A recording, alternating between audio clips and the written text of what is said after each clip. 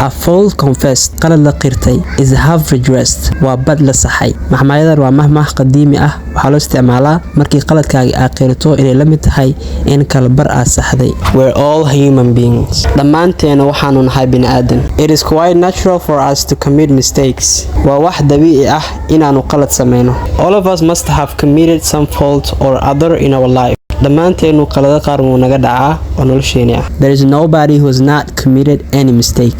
Ma jiro qof aanu qalad sameynin. But once we know that we have done something wrong, we should be ready to admit it. Laakiin mar haddaynu ogaano inaynu qalad sameynay, waa inaynu u diyaargarownaa inaan qirano.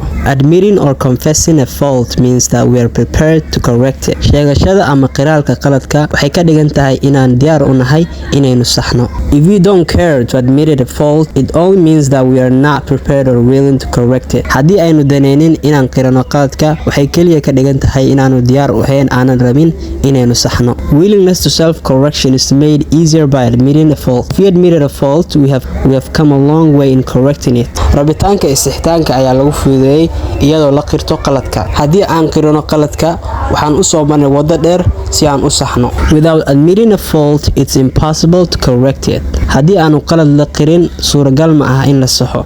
So the first step in correcting ourselves is to confess it. Haddaba talaabada ugu horeysa ee aan ku toosin karno nafteena waa inaan qirano. Only broad-minded persons are able to confess their mistakes. Kaliya dadka maskaxdoodii ballaaran ayaa awood u leh inay qirtaan qaladaadkoodii. People respect and appreciate those who admit their follies. Dadkan way ixtiraamaan oo way qadariyaan kuwa qirta qaladaadkooda. Haddii aad ka heshay fadlan cashirka like garay saaxiibadan u sii share garay.